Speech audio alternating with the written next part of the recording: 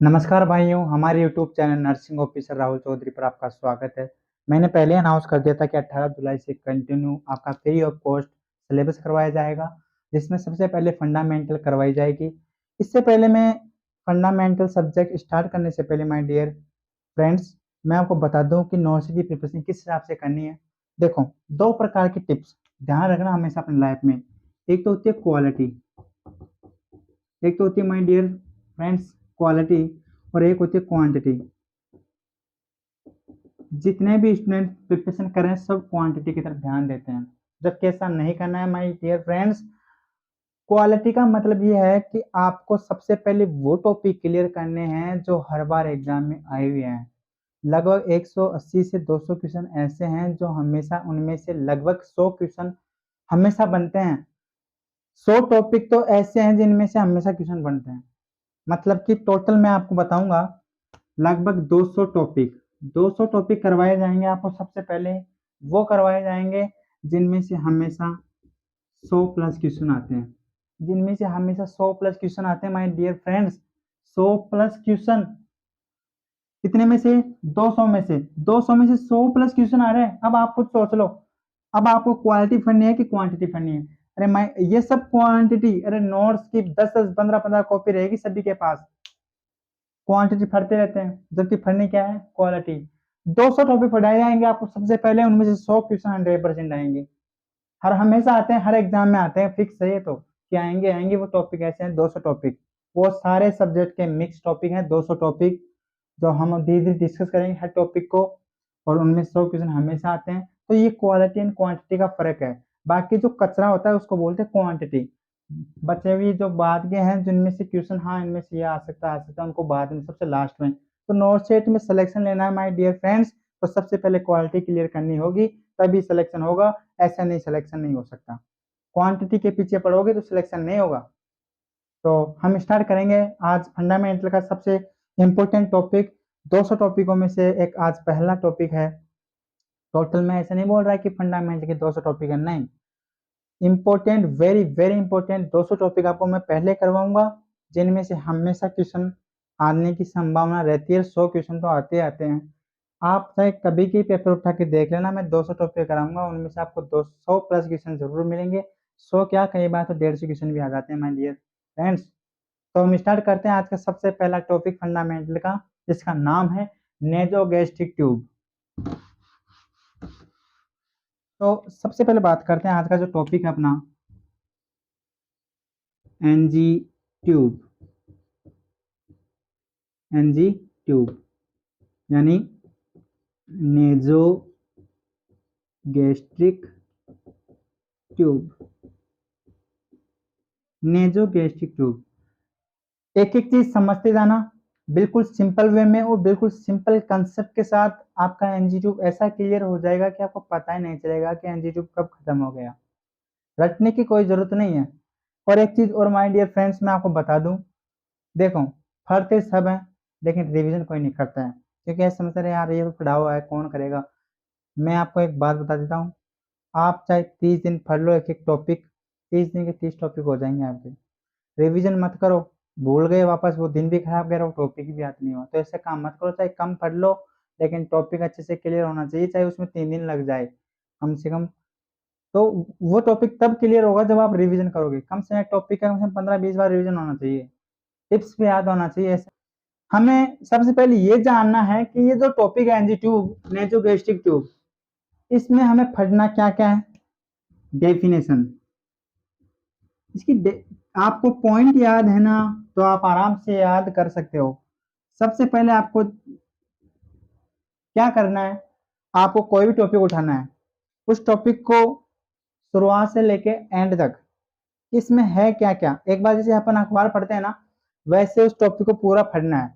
पूरा पढ़ने के बाद में होता क्या है, फिर अपने को कम से कम 10 5% चीजें याद हो जाती है। जिनका दिमाग अच्छा होता है उनको 20% 30% चीजें याद हो जाती है। तो आपको करना है कैसे, चले पूरा पूरा टॉपिक पढ़ना है कि उसमें है क्या क्या। जैसे अपन, जैसे मान लो मैंने एनजी ट्यूब पढ़ाना स्टार्ट कर रहा हूँ, तो एनजी ट्यूब में अपन पढ़ेंगे क्या क्या। जैसे मान लो डेफिनेशन पढ़ेंगे, इसके क्या पर्पज है और इसकी क्या इंडिकेशन है, क्या लाभ है इसके। प्रोसीजर पढ़ेंगे इसका कि एनजी ट्यूब कैसे डालते हैं, प्रोसीजर पढ़ेंगे। प्रोसीजर पढ़ने के बाद में इसमें क्या पढ़ेंगे, प्रोसीजर में हम सब, इसमें सब कुछ आ गया, इसमें साइट भी आ गया, बिफोर भी आ गया, ड्यूरिंग प्रोसीजर क्या करेंगे, बाद में क्या करेंगे, एनजी ट्यूब निकालेंगे तब क्या होगा, इसके कॉम्प्लिकेशन क्या है, इसमें बहुत सारे मतलब कि ऐसे टॉपिक याद करने हैं। तो सबसे पहले स्टार्ट करते हैं कि एनजी ट्यूब के अंदर होता क्या है, सुन लेना my dear friends, very very important. NG tube, nasogastric tube होती क्या है, बिल्कुल सिंपल वे में समझना। लार्ज साइज की क्या होती है, ट्यूब होती है, लार्ज साइज की ट्यूब होती है जिसे इंसर्ट किया जाता है, या इंट्रोड्यूस किया जाता है थ्रू दी नोज, नोज के द्वारा भी कर सकते हैं, ओरल केविटी के द्वारा भी कर सकते हैं, ओरली भी डाल सकते हैं। कहाँ से डाल रहे हैं, नोज से और ओरल केविटी से। कहाँ तक डालेंगे, स्टमक तक। ओके, तो इसी प्रोसीजर को क्या कहेंगे, एनजी ट्यूब। डेफिनेशन रटने की जरूरत नहीं है। एनजी ट्यूब एक लार्ज साइज की ट्यूब होती है जिसे नोज से या ओरली डाला जाता है। कहाँ तक डाला जाता है, स्टमक तक डाला जाता है। ये इसकी डेफिनेशन है। ठीक है माय डियर फ्रेंड्स, बात करते हैं क्यों डाल रहे हैं, कहाँ से डाल रहे हैं, और इसका प्लेसमेंट कैसे चेक करते हैं कहाँ तक पहुंची, और इसकी लेंथ मॉनिटर कैसे की जाती है कि एनजी ट्यूब कितने, इसकी लेंथ क्या होती है। तो सबसे पहले बात करते हैं इसकी डेफिनेशन के बाद में इसके क्या क्या पर्पज हैं। एनजी ट्यूब मोस्टली डालते हैं फीडिंग करवाने के लिए। इसकी मैं बात करूँ पर्पज की कि इसकी पर्पज है क्या, फीडिंग प्रोवाइड करवाना, फीडिंग प्रोवाइड करवाने के बाद में और क्या करवाया जाता है my dear friends, feeding provide करवाने के बाद में इसका गैस्ट्रिक लावाज। अब देखो मैं वो क्वेश्चन भी बताता जाऊंगा साथ ही साथ। गैस्ट्रिक लावाज, देखो गैस्ट्रिक लावाज समझना चीज क्या आ रही है, हर चीज में क्लियर कराऊंगा। स्टमक को वॉश किया जाता है, वॉश कब किया जाता है, मान लो पॉइजनिंग का पेशेंट है तो पॉइजनिंग के पेशेंट में क्या करते हैं, स्टमक को वॉश करते हैं, तो वो क्या होता है, गैस्ट्रिक लावाज। गैस्ट्रिक लावाज में आपको ये नहीं पूछेगा, देखो मोस्ट इफेक्टिव मैनेजमेंट होता है पॉइजनिंग का क्या, गैस्ट्रिक लावाज। गैस्ट्रिक जो लावाज होता है मोस्ट इफेक्टिव मैनेजमेंट होता है किसका, पॉइजनिंग का। पहला क्वेश्चन ही पड़ गया यहाँ से कि पॉइजनिंग का मोस्ट इफेक्टिव मैनेजमेंट होता क्या है, गैस्ट्रिक लावाज। अब क्वेश्चन एक तो ये पड़ गया यहाँ से पर्पज में से। दूसरा क्वेश्चन ये पूछेगा कि गैस्ट्रिक लावाज जो अपन स्टमक को वॉश कर रहे हैं उसमें सॉल्यूशन कौन कौन से यूज करते हैं। सॉल्यूशन 4-5 सॉल्यूशन होते हैं। सॉल्यूशन कौन कौन से होते हैं, हाइड्रोजन प्रोक्साइड, KMnO4, NS, इस प्रकार से कुछ ऐसे ये सॉल्यूशन होते हैं। आपको ये सॉल्यूशन पता होने चाहिए। यदि ये सॉल्यूशन नहीं पता तो आपको एक्सेप्ट में डाल देगा और पूछेगा कौन सा नहीं है। तो ये सॉल्यूशन जो है ये गैस्ट्रिक लावाज सॉल्यूशन है, तो स्टमक को वॉश करने के लिए क्या करते हैं, यूज में लेते हैं पॉइजनिंग के पेशेंट में। ओके, ये सॉल्यूशन का नाम नोट्स में आपको PDF के द्वारा भेज दूंगा, यदि कोई लिख रहा है तो अच्छी बात है।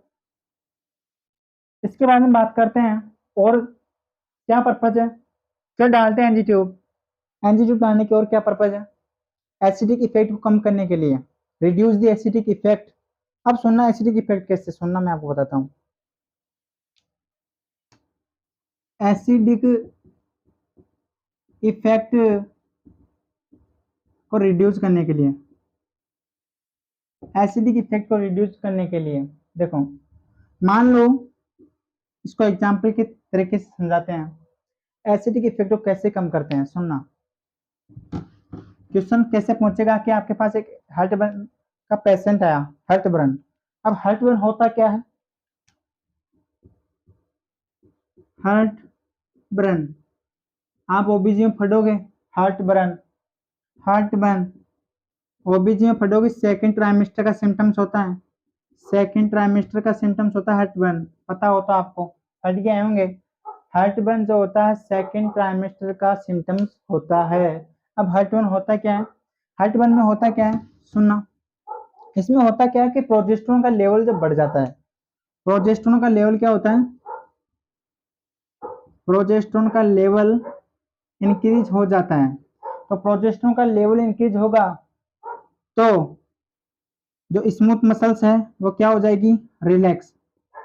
स्मूथ मसल्स क्या हो जाती है, स्मूथ मसल्स जो क्या हो जाती है, रिलैक्स। स्मूथ मसल्स रिलैक्स हो जाएगी तो क्या होगा, स्मूथ मसल्स जैसे रिलैक्स होगी तो जीआईटी मोटिलिटी क्या हो जाएगी, डिक्रीज। जीआईटी मोटिलिटी क्या हो जाएगी माय डियर फ्रेंड्स, तो जीआईटी मोटिलिटी क्या हो जाएगी, जीआईटी मोटिलिटी डिक्रीज हो जाएगी, जीआईटी मोटिलिटी क्या हो जाएगी, डिक्रीज। जिससे क्या होगा, जो स्टमक में फूड पड़ा है वो खाली होने में क्या हो जाएगा, डिले, यानी लेट हो जाएगा, ठीक है। तो डिले, डिले एम्प्टी स्टमक, जिससे क्या होगा, एसिडिक फूड क्या हो जाएगा, ज्यादा कलेक्ट हो जाएगा, ज्यादा कलेक्ट होगा तो वो क्या करेगा, रिगर्जिटेशन, रिगर्जिटेशन पेशेंट बोलेगा रिगर्जिटेशन की कंडीशन हो रही है, पेशेंट को रिगर्जिटेशन की कंडीशन होगी, जिससे क्या होगा, उसे हार्ट बर्न ऐसे लगेगा जैसे मेरे सीने में क्या जलन सी हो रही है। तो हार्ट बर्न कैसे होगा, प्रोजेस्टेरोन का लेवल बढ़ेगा, प्रोजेस्टेरोन का लेवल बढ़ेगा तो क्या होगा, जो स्मूथ मसल्स है वो क्या हो जाएगी, रिलैक्स हो जाएगी। स्मूथ मसल्स रिलैक्स होते क्या हो जाएगा, आपकी जो जीआईटी मोटिलिटी है वो क्या हो जाएगी, डिक्रीज। जीआईटी मोटिलिटी डिक्रीज हो जाएगी तो स्टमक से जो फूड होगा वो खाली होने में क्या हो जाएगा, डिले, जिससे क्या हो जाएगा, हार्ट बर्न की कंडीशन देखने को मिलेगी। हार्ट बर्न, और सुनो, और क्या क्या पर्पज है। इसके बाद में जो नेक्स्ट पर्पज है, reduce the gaseous distension,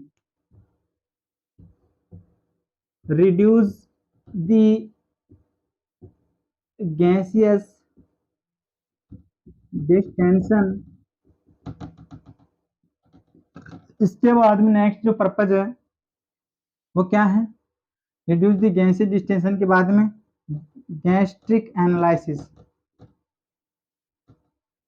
peptic ulcer का पेशेंट है तो उसके अंदर गैस्ट्रिक एनालिसिस करना है, मोस्ट इफेक्टिव डायग्नोसिस है गैस्ट्रिक एनालिसिस करना, पेप्टिक अल्सर। अब पेप्टिक अल्सर कैसे, लंबे समय तक पेशेंट नसेड्स ले रहा है, नसेड्स ड्रग्स ले रहा है, तो उसको क्या कॉज हो सकता है, पेप्टिक अल्सर। तो उसको एनालिसिस करने के लिए, उसका डायग्नोस करने के लिए क्या करते हैं, गैस्ट्रिक एनालिसिस, ओके। इस एनजी ट्यूब लगाने क्या क्या फायदे हैं, एक तो फीडिंग करवाना है ना, अनकॉन्शियस पेशेंट है, अनकॉन्शियस पेशेंट को क्या करवाना, फीडिंग करवाना, गैस्ट्रिक एनालिसिस करना, गैस्ट्रिक एनालिसिस करना, गैस्ट्रिक लावाज यानी पॉइजनिंग के पेशेंट में इसका यूज करना, ओके। बहुत सारे एनजी ट्यूब के लाभ हैं।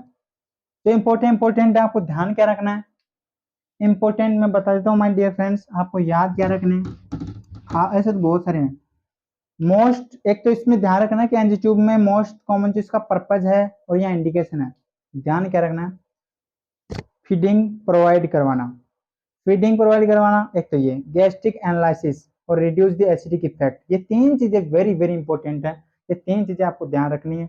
इसके बाद में बात करते हैं कि इसकी प्रोसीजर की बात करते हैं कि प्रोसीजर करने से पहले माय डियर फ्रेंड्स मैं आपको चीज बता दूं, प्रोसीजर करने से पहले हम सबसे पहले क्या करते हैं, कोई भी प्रोसीजर हो, कोई भी प्रोसीजर हो तो सबसे पहले हम क्या करते हैं, पेशेंट के हिस्ट्री वगैरह जो भी हमें करेक्ट वगैरह, डॉक्टर का ऑर्डर वगैरह सब कुछ चेक करना होता है, कौन से है ना। तो सबसे पहले क्या करते हैं, हिस्ट्री वगैरह चेक करते हैं, सबसे पहले चेक दी, डॉक्टर का ऑर्डर चेक करते हैं, सबसे पहले क्या करते हैं, चेक ऑर्डर, डॉक्टर का ऑर्डर सबसे पहले चेक करते हैं, ठीक है।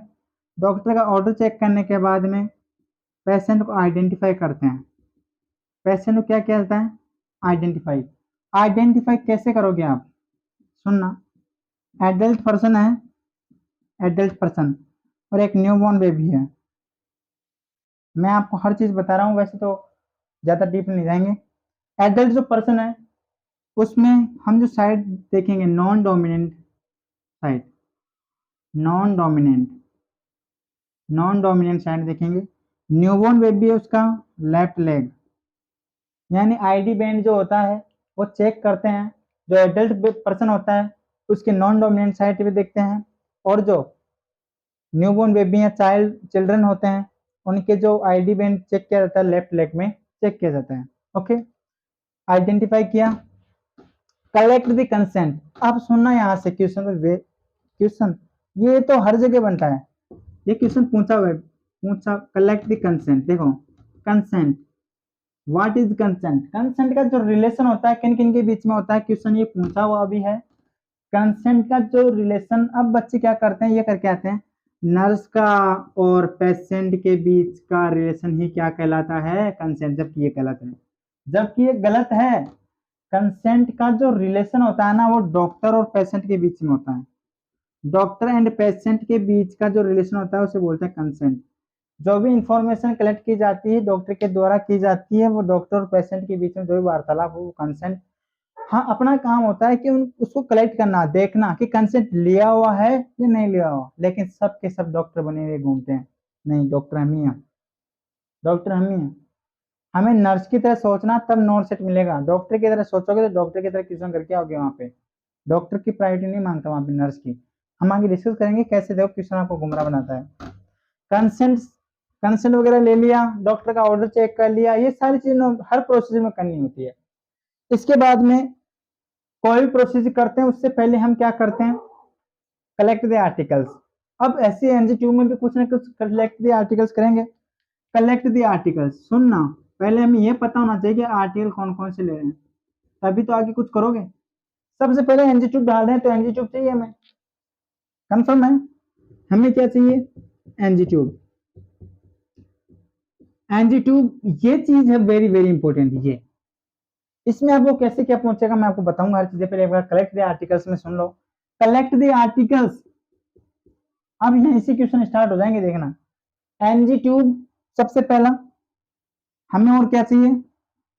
स्टेथोस्कोप भी चाहिए। मैं आपको हर चीज बताऊंगा स्टेथोस्कोप क्यों चाहिए। हमें केवाई जेली भी चाहिए, ये क्यों चाहिए ये भी बताऊंगा। हमें और क्या चाहिए? हमें और क्या चाहिए? एनजी ट्यूब चाहिए, हमें सिरिंज भी चाहिए। मोस्टली कौन सी सिरिंज चाहिए? 10 सीसी की। और फीडिंग प्रोवाइड करवाना है, हमें क्या करवाना है माय डियर फ्रेंड्स? हमें फीडिंग प्रोवाइड करवाना है। तो फीडिंग प्रोवाइड करवाने के लिए अब क्वेश्चन देखो क्या पूछेगा और आपको। पहले कलेक्ट द आर्टिकल्स की बातें कर लेते हैं पूरी। एडल्ट, एडल्ट को फीडिंग प्रोवाइड करवानी है तो उसके लिए 50 ml की क्या चाहिए? सिरिंज।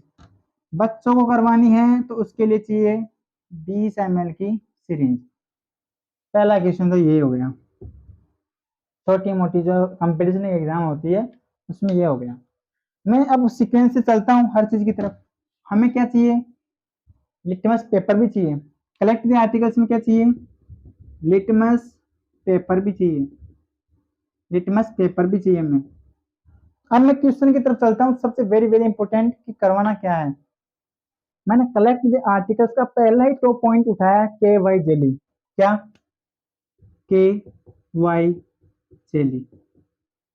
पहला एनजी2 फट रहे हैं, हम हर चीज को खोल कर पढ़ेंगे आराम से बढ़िया तरीके से। के वाई जेली लिया, क्या लिया? के वाई जेली। तो सभी जगह ये पढ़े थे कि के वाई जेली लेते हैं, ठीक है भाई लेते हैं। और बच्चे बच्चे को पता है कि कहाँ पे लगाई जाती है। एनजी ट्यूब के टिप पार्ट पे लगाई जाती है, ठीक है। ये लो, आपको यूट्यूब पे ये पढ़ाएंगे बस लास्ट।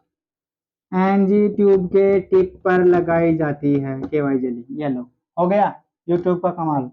अब सुनो, मैं बोला था आपको फ्री ऑफ कॉस्ट पूरा सिलेबस कराऊंगा, चाहे मुझे क्या कुछ भी हो जाए। केवाई जेली, अरे भाई ये तो सभी को पता है, यूट्यूब वाले हर जगह बता रहे हैं, आप कुछ नया बताओ, पूरा करवाओ, ठीक है। ये लो टिप पे, ये नहीं पूछेगा। आओ, कितना अमाउंट लेते हैं, पहला क्वेश्चन, केवाई जेली का कितना अमाउंट लेते हैं? अरे आप कलेक्ट आर्टिकल्स कर रहे हो, कितना अमाउंट ले ये बताओगे ना, ये बताओ आप। 4 से 5 ml, कितना ml? 4 से 5 ml, ठीक है, ले लिया। अच्छा, टिप पे लगा रहे हो, कौन से एरिया तक लगाओगे? मान लो ये क्या है, केवाई जेली का टिप है, तो माय डियर फ्रेंड्स, इसके 3 से 4 इंच के एरिया तक इसको क्या किया जाता है, केवाई जेली को अप्लाई किया जाता है। अब सुनो, नेक्स्ट, दूसरा क्वेश्चन हो गया। तीसरा क्वेश्चन क्या बनेगा कि यदि मान लो 5 ml से ज्यादा केवाई जेली आपने अप्लाई कर दी तो क्या होगा?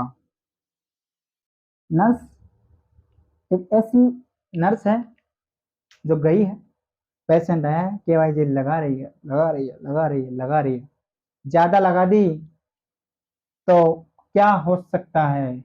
कुछ हो सकता है क्या? नहीं हो सकता, हो सकता है। यदि 5 ml से ज्यादा केवाई जेली लगा दी तो क्या कॉज कर सकती है, क्या कॉम्प्लिकेशन हो सकते हैं? तो माय डियर फ्रेंड्स, यदि आप ज्यादा लगाओगे, ज्यादा, तो डायरिया हो सकता है, पेशेंट को डायरिया हो सकता है। क्या हो सकता है? डायरिया। केवाई जेली ज्यादा लगा दी तो डायरिया हो सकता है, क्योंकि केवाई जेली, सुनना, केवाई जेली जो होती है, केवाई जेली, जो केवाई जेली होती है वो एज ए वर्क करती है लैक्सेटिव के रूप में। किसके रूप में काम करती है?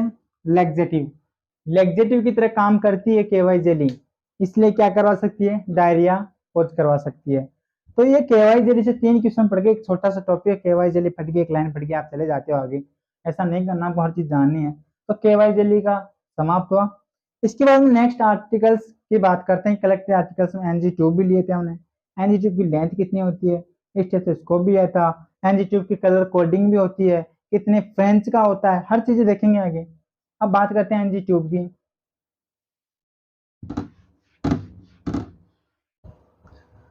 केवाई जेली के बाद में जो नेक्स्ट आर्टिकल्स है, एनजी ट्यूब,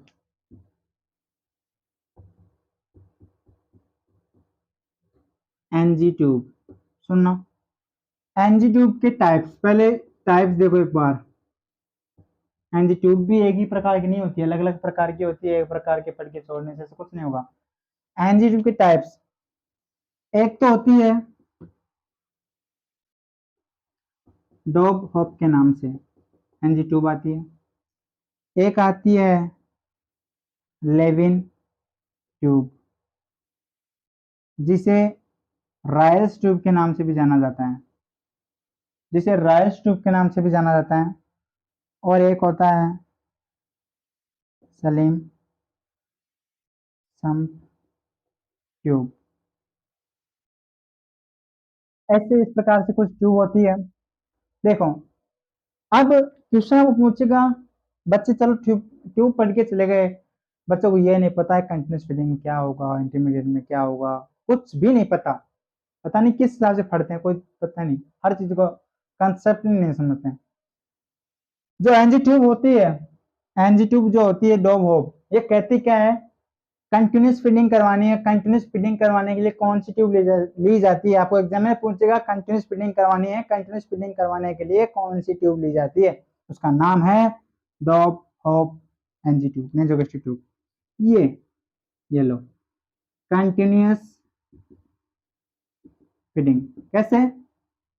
अरे भाई गैस्ट्रेक्टोमी का पेशेंट है, गैस्ट्रेक्टोमी का पेशेंट है, क्वेश्चन आपको ऐसे नहीं देगा डायरेक्टली कि बताओ कंटिन्यूस फीडिंग के लिए कैसे, नहीं, आपको देगा डिजीज का नाम और पूछेगा फिर कौन सी ट्यूब यूज करोगे, तो बताना पड़ेगा फिर आपको। वो गैस्ट्रेक्टोमी का पेशेंट है तो बताओ उसको कौन सी ट्यूब लगाओगे, दे देगा नाम। पहला क्वेश्चन तो ये हो गया। कंटिन्यूस फीडिंग करवाते हैं लो प्रेशर के साथ। और एक क्वेश्चन ऐसे पूछेगा कि नर्स है, एक उस पेशेंट की गैस्ट्रेक्टोमी नहीं हुई है, ठीक है, यदि गैस्ट्रेक्टोमी ऑप्शन में आए तो आपको बताना है कंटिन्यूस एंड लो प्रेशर के साथ क्या करवानी है इसको, फीडिंग। और यदि गैस्ट्रो ट्यूब में ऑप्शन में ना आए तो आपको बताना इंटरमिटेंट एंड लो प्रेशर, तो फिर इंटरमिटेंट वाला जाएगा किसमें, लेविन में। लेविन में Levin tube and Ryle's tube एक ही होती है, राइस ट्यूब दूसरा नाम होता है इसका।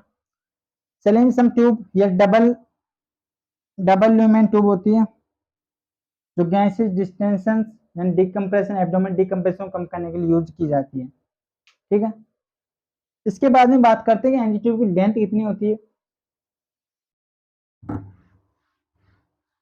एनजी ट्यूब की लेंथ कितनी होती है, एनजी ट्यूब की लेंथ देखो, एनजी ट्यूब में हर ऐसा आर्टिकल्स के डायरेक्ट पहले नाम लिखवा देगा आपको। अब एक एक आर्टिकल्स को अच्छे से बता रहा हूँ पूरी चीजें। लेंथ, एनजी ट्यूब की जो लेंथ होती है वो कितनी होती है, कितनी होती है, 42 इंच। ये लो बच्चे ये पढ़ के जाते हैं 42 इंच, 42 इंच पढ़ के जाते हैं, वहां पे आ जाएगा सेंटीमीटर में दे देगा या फिर आपको एमएम में दे देगा। तो आपको हर चीज बदलना भी आना चाहिए। 42 इंच को सेंटीमीटर बदलो 105 सेंटीमीटर, और एमएम को बदलो 1050 एमएम। यानी ये क्वेश्चन ऐसे भी पूछ सकता है, हद के आप ये जाओगे 1050 एमएम लिख के दे देगा, बताओ कितनी होती है एनजी ट्यूब की लेंथ। अटक गए ना, हो गया ना गलत। तो आपको कंसेप्ट के साथ हर चीज ऐसे क्लियर नहीं पता होना चाहिए आपको, ताकि आपका क्वेश्चन गलत नहीं हो। तो एनजी ट्यूब की लेंथ के बाद में हम बात करेंगे कि एनजी ट्यूब डालते कैसे हैं। ठीक है, एनजी ट्यूब की कलर कोडिंग क्या है, और एनजी ट्यूब डालते समय किस बात का ध्यान रखना चाहिए, निकालते समय किस बात का ध्यान रखना चाहिए, पोजीशन कौन सी देते हैं, साइड सिलेक्शन कौन सा कहाँ करते हैं, प्लेसमेंट कौन सा है, मेजरमेंट कौन सा है, हर चीज का पता होना चाहिए। एनजी ट्यूब एक बहुत बड़ा टॉपिक है, लेकिन बहुत ही शानदार टॉपिक भी है, और रटने वाला टॉपिक नहीं, समझने वाला टॉपिक है। तो बात करते हैं एनजी ट्यूब की नेक्स्ट, और क्या क्या हमने क्या क्या बात कर ली एनजी ट्यूब में। एनजी ट्यूब के टाइप्स देख लिए, एनजी ट्यूब की लेंथ देख ली, दो चीज बात कर ली। बात करते हैं एनजी ट्यूब की कलर कोडिंग की। कलर कोडिंग, बात करते हैं कलर कोडिंग की। एनजी ट्यूब की colour coding, NG tube start हो जाता है 6 फ्रेंच से, 6 फ्रेंच, 8 फ्रेंच, 10, 12, 14, 16, 18 एंड 20। यानी 6 फ्रेंच का जो होता है उसका जो कलर होता है लाइट ग्रीन, 6 फ्रेंच का जो होता है लाइट ग्रीन, 8 का जो होता है ब्लू, 8 फ्रेंच का जो कलर होता है वो ब्लू, 10 फ्रेंच का होता है उसका होता है ब्लैक, 12 जो फ्रेंच का होता है उसका कलर होता है कौन सा, व्हाइट, 14 जो फ्रेंच का होता है उसका कलर होता है ग्रीन, 16 जो फ्रेंच का होता है उसका कलर होता है ऑरेंज, 18 फ्रेंच का जो एनजी ट्यूब होती है वो होती है रेड कलर की, और 20 फ्रेंच की जो होती है, 20 फ्रेंच की उसका कलर होता है येलो। तो ये कुछ कलर कोडिंग थी, ये तो हमें रटनी पड़ेगी। ट्रिक्स जिसको चाहिए मैं बता दूंगा ट्रिक्स भी। देखो आपको ये याद है ना, तो आप मैं बताऊंगा आपको। आप सोच रिंग वगैरह ये पढ़ोगे क्या नाम, है ना, तो उसमें भी इस प्रकार से कुछ आएगा रिकॉर्डिंग, हर प्रकार की आएगी, मेरे पास बनाए हुए हैं कॉन्सेप्ट, तो वो मैं आपको बता दूंगा पीडीएफ के द्वारा। ग्रुप में टेलीग्राम चैनल पे जो जुड़े हुए हैं भाई उनको मैं ये ट्रिक्स भेज दूंगा, सबकी ट्रिक्स पड़ी है मेरे पास। तो एनजीट्यूब की कलर कोडिंग हो गई। कलर कोडिंग के बाद में आपको ये सर पूछे नहीं पूछे, ये छोटी मोटी जो कंपटीशन एग्जाम होती है उन्हें पूछ लेगा, पूछेगा तो नोट में तो नहीं पूछेगा, लेकिन बताना जरूरी है। फुल सिलेबस की बात हुई तो पूरी चीजें बताई जाएगी, इंपॉर्टेंट टॉपिक है। मैंने बोला था कि आपको 200 टॉपिक करवाए जाएंगे, 200 टॉपिक में से आपको देखो एक एक टॉपिक ऐसा, मान लो एक टॉपिक पढ़ रहे हैं, उस टॉपिक को ऐसे पढ़ना है कि इसमें कुछ भी आ जाए, गलत नहीं होना चाहिए। और रियल बात है, मैं एनजीट्यूब पढ़ा रहा हूँ ना, इसमें से यदि आपको एक क्वेश्चन भी गलत हो जाए ना, ये मेरी गारंटी नहीं होगा, एनजीट्यूब में से एक क्वेश्चन गलत नहीं होगा, 100% बोल रहा हूँ। आपको हर चीज बताई जाएगी, हर टॉपिक में, इसी में नहीं हर टॉपिक में आपको हर चीज बताई जाएगी। इस तो इसके बाद में अब देखते हैं एनजीट्यूब में अपना कलर कोडिंग हो गया, लेंथ हो गई, एनजीट्यूब की टाइप्स हो गए, एक एनजी ट्यूब का टाइप और होता है फ्रेका। फ्रेका, इसका भी ध्यान रख लेना, ट्रिपल ल्यूमेन होता है ये, ट्रिपल ल्यूमेन। ओके, इसका भी ध्यान रख लेना। इसके बाद में मैंने बोला था कि आपको 200 टॉपिक में से इंपोर्टेंट टॉपिक करवाए जाएंगे, 200 टॉपिक पहले कराए जाएंगे। बात करते हैं एनजीट्यूब की, आपको कैसे पहुंचेगा कि बताओ मुझे, ये मत बताओ कि कलर कोडिंग क्या है, मुझे तो ये बता दो कि न्यूबॉर्न बेबी जो होता है उसकी वो कितने फ्रेंच का होता है, कितनी फ्रेंच की ट्यूब लेते हैं, इन्फेंट में कितनी फ्रेंच की यूज लेते हैं, बच्चों में कितनी फ्रेंच की लेते हैं, और एडल्ट में कितनी फ्रेंच की लेते हैं, ये पूछेगा आपको। न्यूबॉर्न बेबी, न्यूबॉर्न बेबी सुनो, इन्फेंट और न्यूबॉर्न। न्यूबॉर्न जो बेबी होता है और इन्फेंट बेबी होता है, इन दोनों में फर्क समझो पहले तो। बच्चों इन्हीं में कंफ्यूज रहते हैं, बच्चे इन दोनों में कंफ्यूज रहते हैं कि न्यूबॉर्न तो किसे कहते हैं, इन्फेंट किसे कहते हैं। इन्फेंट देखो, 0 से 28 दिन का जो बेबी होता है ना, उसे क्या बोला जाता है, इन्फेंट। 28 दिन का बेबी हो गया, 28 दिन, उसे क्या बोलेंगे, न्यूबॉर्न बेबी। सुनो, इसमें भी दो होते हैं इन्फेंट में भी, अर्ली इन्फेंट और लेट इन्फेंट। अर्ली इन्फेंट और लेट इन्फेंट। अर्ली जो इन्फेंट होता है वो 0 से 7 दिन का होता है, लेट जो इन्फेंट होता है 7 से 28 दिन का बेबी होता है। ये आपको पता होना चाहिए, ये छोटी छोटी चीजें है ना। तो बात करते हैं कि न्यूबॉर्न बेबी और इसमें मतलब कौन कौन सी फ्रेंच यूज करते हैं। Okay, infant, infant, newborn, children और एडल्ट। पहले तो आपको बिना रेंज के भी पूछ सकता है, रेंज देकर भी पूछ सकता है। इन्फेंट में लेते हैं 8 फ्रेंच की, न्यूबॉर्न में लेते हैं 10 फ्रेंच की, बच्चों में लेते हैं 12 फ्रेंच की, और एडल्ट में लेते हैं 16 से 18 फ्रेंच की, 16 फ्रेंच की। रेंज में पूछेगा तो आपको बताना 16 से 18, रेंज देके, रेंज देके इसमें पूछे 10 से 12, 8 से 10, 6 से 8। रेंज में देकर ही पूछ सकता है कि कितने फ्रेंच की न्यूबॉर्न में होती है, कितनी फ्रेंच की इन्फेंट में होती है, कितनी फ्रेंच के चिल्ड्रन में होती है। तो आपको ऐसे भी पूछ सकता है, ऐसे पूछ सकता है, दोनों तरीके से बता दी गई है, ये होती है। ओके, इसके बाद में देखते हैं एनजीट्यूब का नेक्स्ट पॉइंट कौन सा होगा। यहां तक तो क्लियर हो गया होगा आपका। अब बात करते हैं कि एनजीट्यूब कैसे डाल दी जाती है, कहाँ से डाली जाती है, कौन सी साइट है, इसका मेजरमेंट कैसे किया जाता है ना, इसका प्लेसमेंट कैसे चेक किया जाता है। तो बहुत सारी बातें हैं अभी तो एनजीट्यूब के बारे में। एनजीट्यूब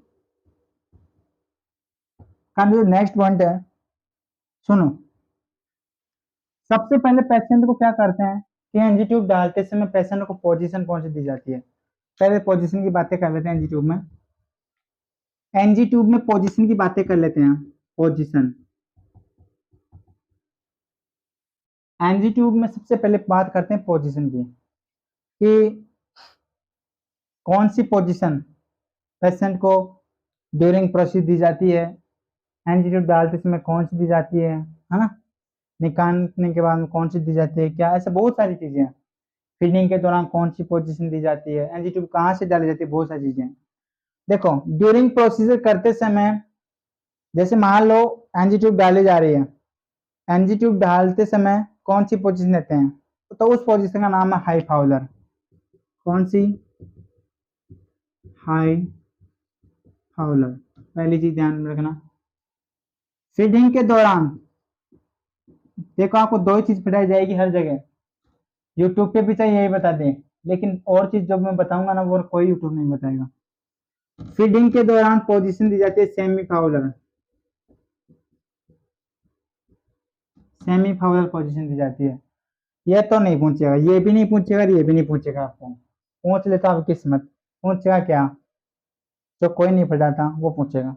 सुनना बात कि एक पेशेंट आता है इमरजेंसी कंडीशन में एक बेबी आ गया, कुछ भी कोई भी आया है, आया तो है, तो उसे कम समय के अंदर ज्यादा मात्रा में क्या करवानी है? फीडिंग करवानी है। यानी मैं बोलूं कि लार्ज अमाउंट फ्लूइड क्या करवाना है? उसे एडमिशन करवाना है शॉर्ट टाइम के अंदर। तो आप पेशेंट को कौन सी पोजीशन दोगे, ये पूछेगा आपको। बताओ। बच्चे फट के जाते हैं हाई फाउलर, सेमी फाउलर करो, तो फिर ये नहीं जाएगा मेरे मालिक, ना तो हाई फाउलर जाएगा ना सेमी फाउलर जाएगा। कम टाइम, और कम टाइम के अंदर ज्यादा फिटिंग करवाना, तो फिर उसके लिए पोजीशन दी जाती है कौन सी? उसके लिए पोजीशन दी जाती है फाउलर पोजीशन। सुनना, short time, short time and large feeding, large amount, large amount, कम समय में के अंदर ज्यादा मात्रा की फीडिंग करवाना है। और करवाने के लिए जो पोजीशन दी जाती है उस पोजीशन का नाम है फाउलर पोजीशन। ये लो, ये है क्वेश्चन। दो एंड फ्लेक्शन देख लेना, मिल जाएगा। घुमा के है, मिल जाएगा, सोल्व हो जाएगा। ये फट आते कोई नहीं है। ओके, ये पोजीशन का वेरी वेरी इंपॉर्टेंट क्वेश्चन था यहाँ से जो हमने किया। अब बात करते हैं कि फीडिंग के दौरान कौन सी देते हैं, बता देना, सेमी फाउलर। अब एक चीज और, इसी से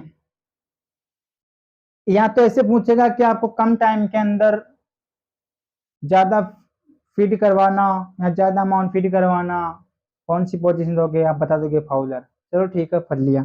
इसी क्वेश्चन में एक तरीके से और घुमाएगा, बोलेगा बोलस फीडिंग करवा रहे हो, एक नर्स किसी पेशेंट को बोलस फीडिंग करवा रही है। क्या करवा रही है? Bolus feeding.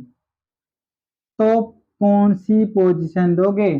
ऑप्शन आएगा high Fowler, semi Fowler, Fowler, Trendelenburg position, ऐसे ऑप्शन आएंगे। तो फिर कौन सी पोजीशन करोगे आप? तो फिर मेरे मालिक वहां पे फाउलर पोजीशन जाएगी। अरे कम टाइम के अंदर ज्यादा फ्लूइड, ज्यादा मतलब फीडिंग करवाना है, बोलस फीडिंग कहलाता है। उसी को चेंज कर देगा, नाम चेंज करके पूछ लेगा। तो यहाँ पे भी फिर फाउलर पोजीशन ही आंसर जाएगा, फाउलर पोजीशन। अरे फाउलर पोजीशन और किस किस में यूज दी जाती है रे? आप पढ़ोगे आगे एक वाटर सील ड्रेनेज या, या इंटरकोस्टल चेस्ट ड्रेनेज, उसमें भी यही पोजीशन देते हैं, फाउलर पोजीशन। उस जो ड्रेनेज बोतल होती है उसकी ग्रेविटी को मेंटेन करने के लिए फाउलर पोजीशन दी जाती है। बाद में बातें करेंगे उसकी, तो खैर अभी तो यहाँ पे चलते हैं। बोलस फीडिंग करवाने के लिए फाउलर पोजीशन दी जाती है। ओके, यहाँ तक क्लियर होगा। बात करते हैं और कौन से क्या पढ़ते हैं क्वेश्चन। दो क्वेश्चन वेरी वेरी इंपॉर्टेंट, उन्हीं को क्वेश्चन घुमा के मॉडिफाई करके पूछ सकता है। इसके बाद में बात करते हैं, देखो सबसे पहले अपन क्या करते हैं, एंटीट्यूड डालने से पहले साइड सिलेक्शन, साइड का सिलेक्शन करेंगे। क्या करेंगे? Side selection. आप फट के आए हो नोज से, ओरल से, ये लो, हो गई साइड सिलेक्शन? नहीं, ओरल से और नोज से, ठीक है, डाल रहे हो। नोस्ट्रिल्स, ये है नाक, ठीक है, ये है राइट नोस्ट्रिल्स और ये है लेफ्ट नोस्ट्रिल्स, ठीक है। Right nostrils and left nostrils, इनमें से कौन से नोस्ट्रिल्स में से डालेंगे एंटीट्यूब, वो सुनना। जो साइड होगी लेफ्ट नोस्ट्रिल्स, लेफ्ट नोस्ट्रिल्स ही क्यों ली, राइट क्यों नहीं ली? तो इसका रीजन सुनो। क्योंकि लेफ्ट नोस्ट्रिल्स जो होती है राइट नोस्ट्रिल्स की तुलना में वॉइड होती है, चौड़ी होती है, जिससे क्या होती है? Risk of bleeding, risk bleeding के चांसेस कम होते हैं, इसलिए लेफ्ट नोस्ट्रिल्स यूज की जाती है। ओके, अब बात करते ठीक है, साइड सिलेक्शन कर ली, साइड सिलेक्शन करते क्या डाल दी? के नहीं, नहीं डालना। इससे पहले साइड को क्या करना है? क्लीन करना है। तो क्लीन करने के लिए कुछ ना कुछ चाहिए, क्लीन करने के लिए कुछ ना कुछ चाहिए। तो क्लीन करने के लिए क्या चाहिए? लैब नॉस्टिल्स को क्लीन करने के लिए चाहिए 1% सोडा बाइकार्बोनेट, SBC। शॉर्ट में लिख देता हूँ यहाँ पे, SBC फुल फॉर्म लिख लो, सोडा बाइकार्बोनेट। 1% सोडा बाइकार्बोनेट लेते हैं लैब नॉस्टिल्स को क्लीन करने के लिए।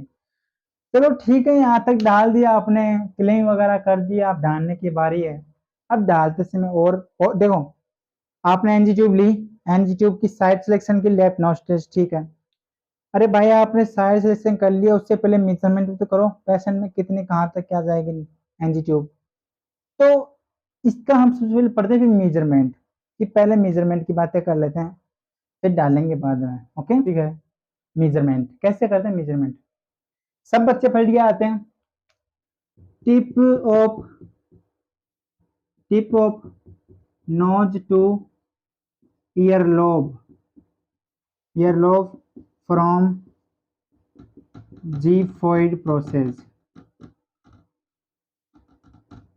यही पढ़ के आते हैं सब, एग्जामिनर ये नहीं देगा।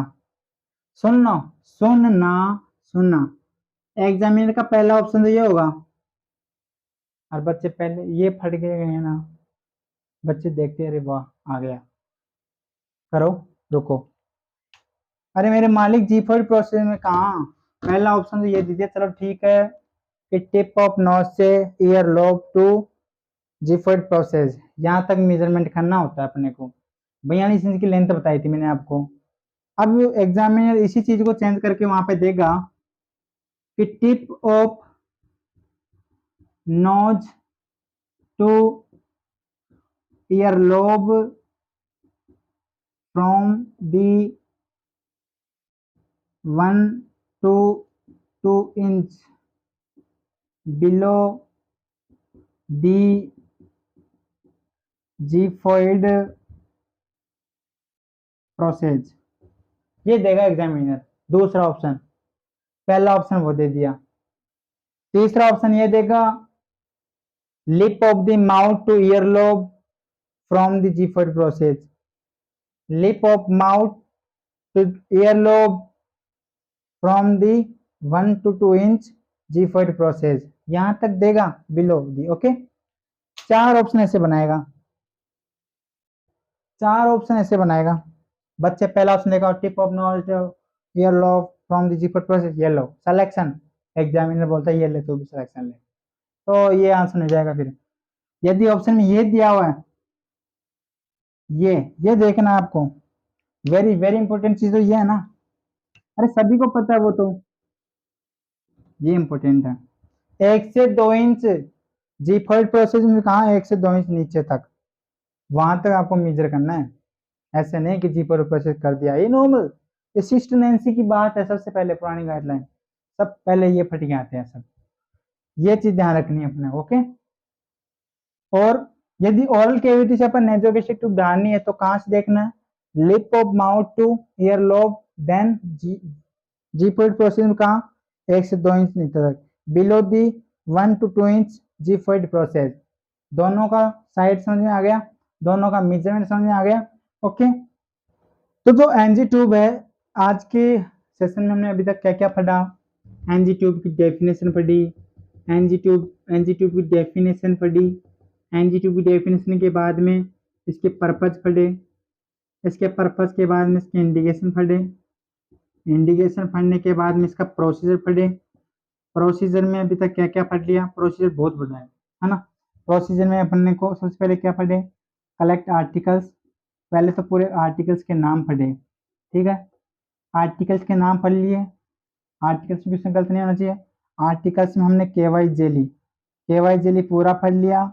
एनजी ट्यूब पढ़ रहे हैं, एनजी ट्यूब, ये जो एनजी ट्यूब है, ठीक है, ये जो एनजी ट्यूब है, इस एनजी ट्यूब में भी क्या क्या पढ़ लिया, लिख लेना से कुछ भी कर लेना।